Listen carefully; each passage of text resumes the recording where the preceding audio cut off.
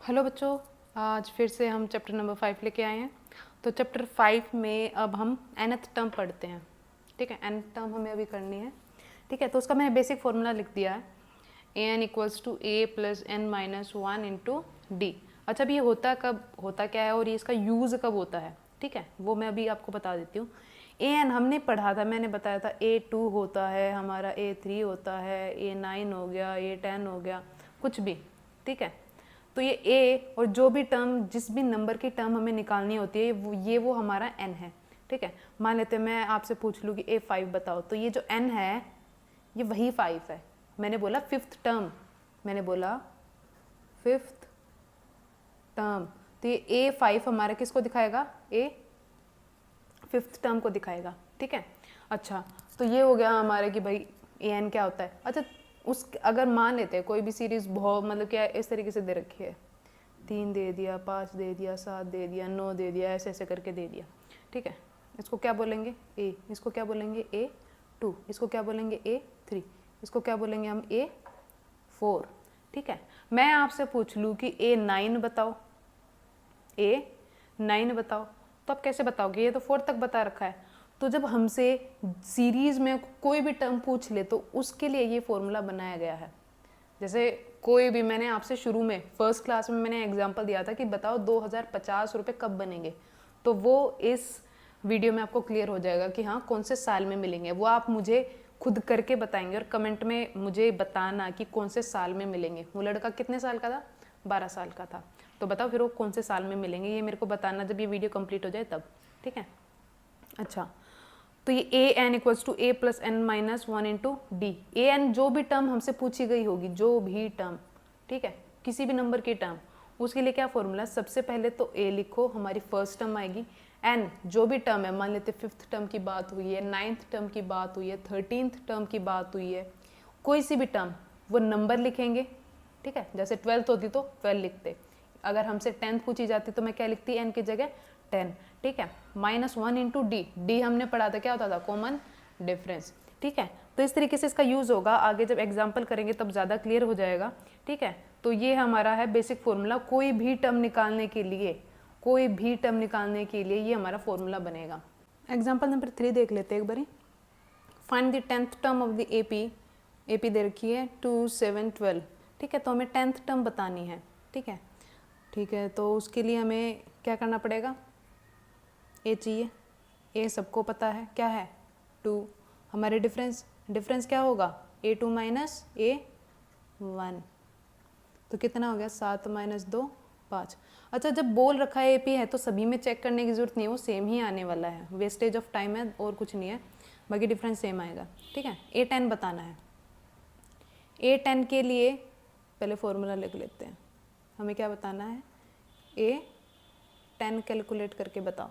ठीक है, तो A plus N minus one into D. जब हमसे कोई भी टर्म पूछी जाए ना, किसी भी नंबर की टर्म हमसे पूछ ली जाए, तो उसके लिए कुछ भी नहीं करना है, ये फॉर्मूला अप्लाई कर देना है, आपको आपका आंसर मिल जाएगा। ठीक है, तो formula a N equals to A plus N minus one into d. ठीक है, ए एन हमें कैलकुलेट करना है, ए हमें पता है क्या है 2, एन कौन से नंबर की टर्म निकालनी है हमें, 10th नंबर की, तो एन हमारे कितना हो गया 10 माइनस 1, और डी कितना है भाई हमारा 5, तो 2 प्लस ये कितना हुआ 9 इंटू 5 45, तो कितना हो गया 47, तो 47 हमारी 10th टर्म हो जाएगी। इधर लिख देना, हमने क्या कैलकुलेट किया है, a10 कैलकुलेट किया है। ठीक है, तो a10 हमारा क्या हो गया भैया 47। ठीक है, तो किसी भी नंबर की जब हमसे टर्म पूछ ली जाए ना, तो कुछ भी नहीं करना है, सिंपल हमें फॉर्मूला लिखना है, जिस भी नंबर की टर्म पूछी जाए वही हमारा n कहलाता है, तो हमारा n वही होगा जिस भी नंबर की हमसे टर्म पूछी जाएगी, वो हमारा n हो गया। d हम कैलकुलेट कर लेंगे, AP है तो बस सिंपल क्या करना है, next term minus preceding term या फिर a2 माइनस a1 हम कर सकते हैं। ठीक है, तो ये हो गई हमारी 10th टर्म 47। अच्छा, एग्जाम्पल नंबर 4 देख लेते हैं। तो एग्जाम्पल नंबर 4 क्या है, विच टर्म ऑफ AP दे रखी है हमें 21, 18, 15 और and so on is 81, which term of AP is 81, जो AP है उसकी कौन सी टर्म 81 होगी, कौन सी टर्म जो है ना वो हमारी टर्म जो हमसे पूछा है, तो हमसे पूछा गया n बताओ कौन से नंबर की टर्म है। टर्म तो मतलब हमें जो है वैल्यू तो गिवन है, हमें अब की बार वैल्यू गिवन है, लेकिन हमें टर्म नहीं पता कौन से नंबर पे आएगा 81, ये नहीं पता है। और ये भी ध्यान रखना है माइनस का 81 है, माइनस का 81। तो ये पूछा गया माइनस का 81 कौन से नंबर पर आएगा, मतलब कौन सी टर्म कहलाएगी या फिर कौन से नंबर पे आएगा। आराम से सिंपल भाषा में बोलूँ तो मैं, जैसे कि ये 15 है, कौन से नंबर पे बैठा है, तीसरे नंबर पर। तो यही हमसे पूछा गया है कि जो -81 है ना कौन से नंबर पे आके बैठेगा। ठीक है, तो यही हमें बताना है। जैसे ये तीसरे पे बैठा है तो ये बताओ ये कौन से नंबर पे बैठेगा। तो ये हमारी वैल्यू गिवन है, मतलब ये हमें an गिवन है। अब की बारी हमें an गिवन है और हमें क्या बताना है, n कैलकुलेट करके बताना है। ठीक है, तो सबसे पहले हमेशा जब भी तुम क्वेश्चन करो तो सबसे पहले जो जो वैल्यूज़ गिवन है वो ज़रूर लिख लेना। ये बहुत बड़ा प्लस पॉइंट होता है, आपको थोड़ा दिख जाता है कि हाँ मेरे पास ये चीज़ें गिवन है। तो a गिवन है 21, डिफरेंस हम कैलकुलेट कर सकते हैं a2 माइनस a1, a2 हमारा 18 माइनस 21 कितना आया, माइनस का 3। ठीक है, अच्छा an हमें गिवन है और हमें क्या गिवन है, an हमें गिवन है अब की बार माइनस का 81। ठीक है, तो फॉर्मूला लिख दो अब, क्योंकि फॉर्मूले से निकलेगा और तो कोई ऑप्शन है नहीं। तो an equals to a plus n minus 1 into d. ठीक है, ये लिख दिया। उसके बाद जो जो वैल्यूज़ गिवन है उसके ठीक नीचे लिखते जाओ। तो an की वैल्यू गिवन है माइनस का 81, a गिवन है हमें 21 प्लस n माइनस 1, n हमें नहीं पता है तो n minus 1 as it is, and d हमें कितना दे रखा है, माइनस का 3 मल्टीप्लाइड बाई माइनस का 3। अच्छा अब इसको इधर ले आऊँ मैं, -81 एंड माइनस का 21 is equals to n minus 1 multiplied by minus 3। Minus minus always plus, तो 2 माइनस का 102 आ गया। ठीक है, यही आएगा ना, 1 + 1, हाँ ठीक है। तो n माइनस 1 इंटू माइनस का 3। अच्छा जब आपको प्रैक्टिस हो जाएगी आप इतने बड़े बड़े स्टेप नहीं करोगे, सिंपल क्या करोगे, इसको लेके आके इधर माइनस में हुआ और ये मल्टीप्लाई में है तो सीधा डिवाइड में, तो सीधा क्या आ जाएगा आपका माइनस का 102 डिवाइडेड बाई माइनस का 3। ठीक है, तो अभी हम कर लेते हैं, अभी स्टार्टिंग है, धीरे धीरे हो जाएगा। तो n माइनस 1 ये मल्टीप्लाई में था, इधर आके क्या हो गया, डिवाइड, माइनस से माइनस गया, इसको 3 से काट दो, 3 3 जा 9, 1 और ये 4 पर 34 इक्वल्स टू n माइनस 1। ये -1 उधर जाके क्या हो जाएगा, प्लस का 1। तो n इक्वल्स टू मैं लिख सकती हूँ 34 + 1 35, तो 35। तो हमारा 81 कौन से नंबर पे बैठा है, 35, तो 35 हमारा, तो -81 इज 35th टर्म।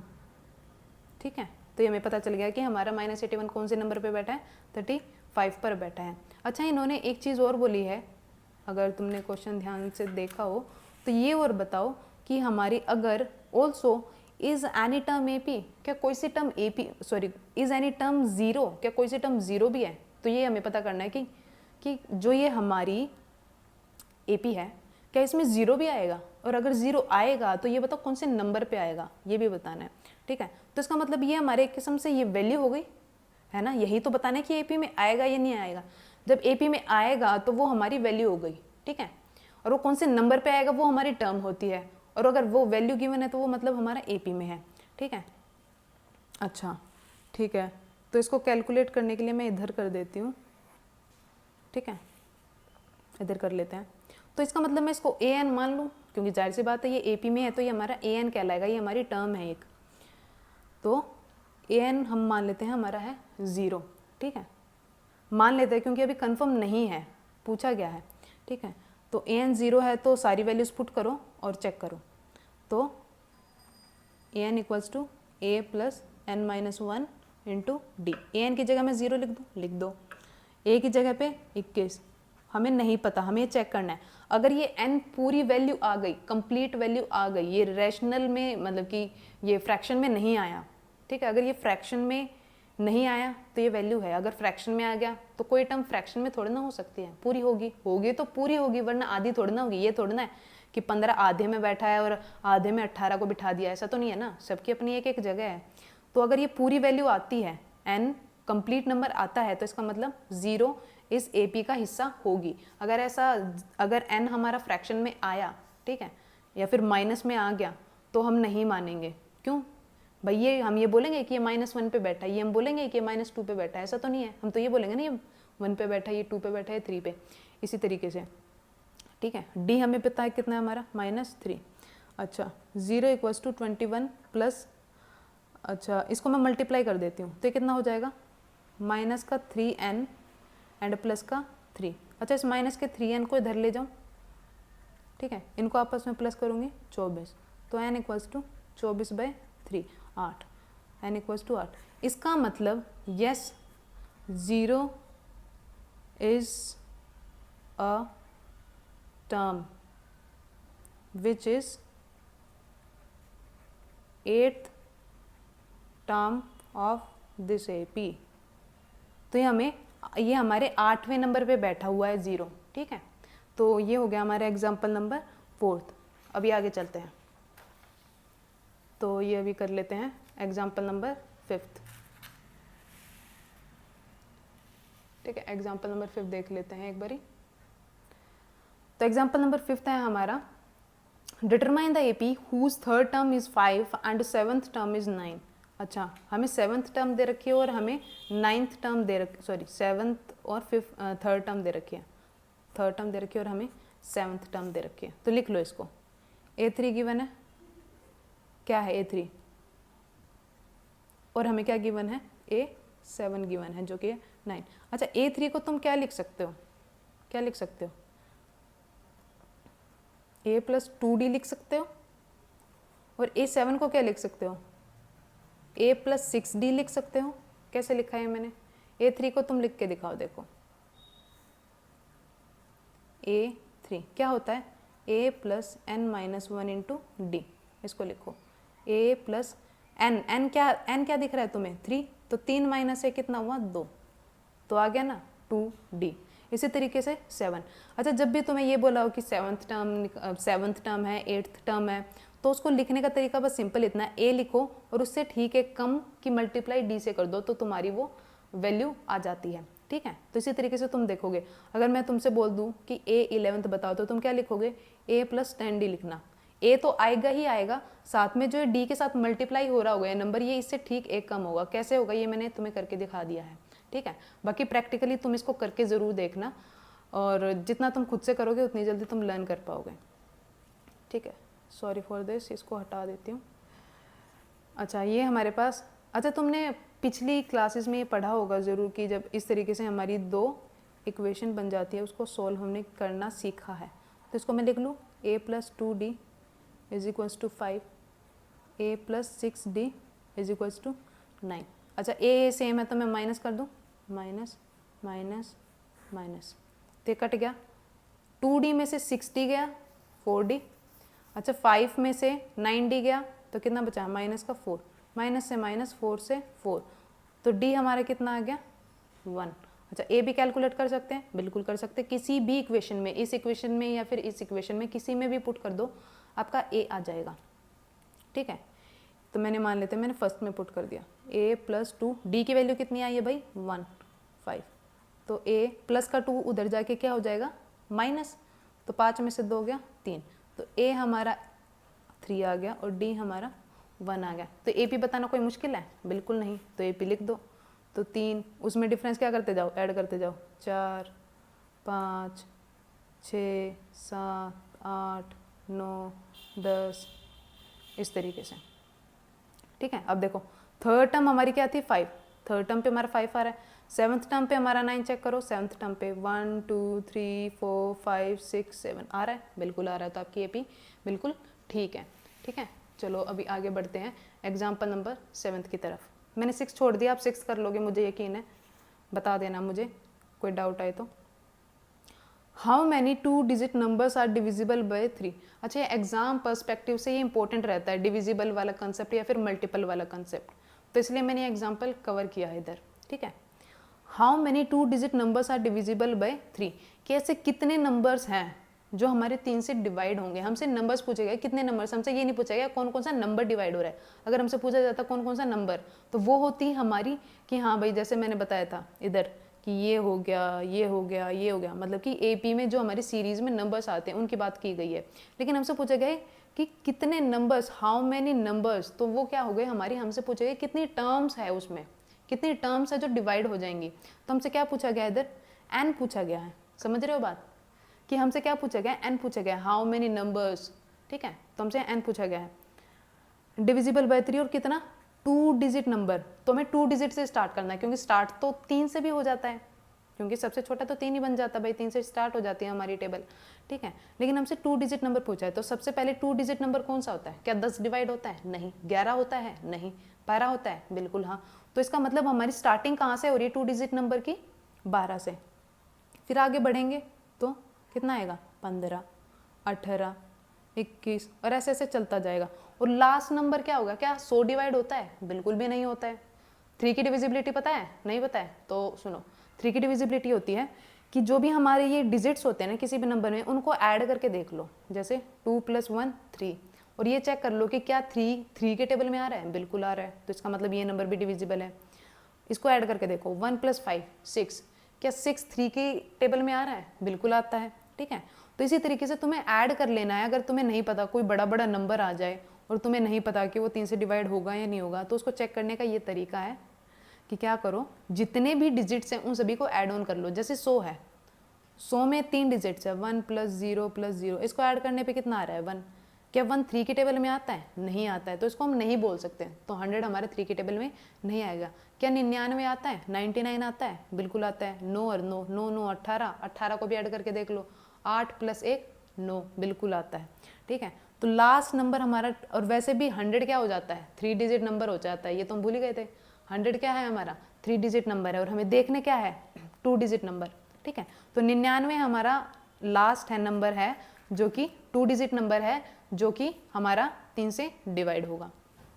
ठीक है, तो हमारे पास ये है और हमारे पास डिफरेंस वगैरह। अच्छा, अब हमें ये पता करना है कि कितनी टर्म्स एक्चुअल में, 12 से लेकर 99 तक कितनी टर्म्स है ये, क्योंकि ये सारे की सारी 2 से डिवाइड हो रही है, सॉरी 3 से डिवाइड, और सारी की सारी 2 डिजिट नंबर्स हैं, बिल्कुल है। तो हमें ये पता करना है कि एक्चुअल में है कितने। अब यहाँ से गिनने बैठे 12, 15, 21, 24, ऐसे तो भाई रात हो जानी है। ठीक है, तो क्या करेंगे, उसी के लिए तो फॉर्मूला बनाया है एपी में। ठीक है, तो क्या करो, फॉर्मूला लिखो सबसे पहले, an = a + n - 1 × d। हमें क्या क्या गिवन है, हमें a पता चल गया, a कितना है हमारा, 12 है। डिफरेंस देखो, मल्टीपल हो चाहे हमारा डिविजिबल वाला क्वेश्चन हो, जो नंबर का डिविजिबल या मल्टीपल दिया होगा वही हमारा डिफरेंस होता है। चाहे तो तुम देख लेना, 15 - 12 3, 18 - 15 3, क्योंकि 3 की टेबल है ना, 3 3 करके आगे बढ़ेगी, तो डिफरेंस कितना है, 3 का ही है। ठीक है, तो डिफरेंस हमें पता है। अच्छा, ये नंबर लास्ट है, यहां तक हमें पता करना है। तो an हमारा क्या हो गया, 99, जो हमारा लास्ट नंबर है वही हमारा an होता है। ठीक है, जिस भी नंबर की बात करी जाती है वो हमारा एक्चुअल में an होता है, जो लास्ट नंबर जिसकी हम बात करते हैं वो हमारा an होता है। ठीक है, तो an हमारे कितना दे रखा है, 99। ठीक है, a हमारे कितना है, 12, n ही तो हमें पता करना है, और d हमारे कितना है, 3। इसको लेके आके मैं इधर क्या कर दूं, माइनस। अच्छा, इसको मैं सीधा ले आऊं, आप कर लोगे यकीन है मुझे। यहाँ पे क्या बच जाएगा, n - 1, ये मल्टीप्लाई में था, ये धरा के क्या हो गया, डिवाइड हो गया। इनको माइनस करो, 9 में से 2 गया 7, और 9 में से 1 गया 8, और नीचे 3, n - 1। इसको डिवाइड करो, 3 2 जा 6, और 2 और 7 9। ठीक है, 29। अच्छा, ये माइनस का 1 इधर आके प्लस हो जाएगा, बिल्कुल हो जाएगा। ठीक है, प्लस हो गया, प्लस होने के बाद इधर क्या रह गया, n, तो n = 30। इसका मतलब 30 ऐसी टर्म है जो कि हमारी 3 से डिवाइड होगी, जो 2 डिजिट नंबर्स हैं। ठीक है, तो ये हो गया हमारा एग्जाम्पल नंबर 7। तो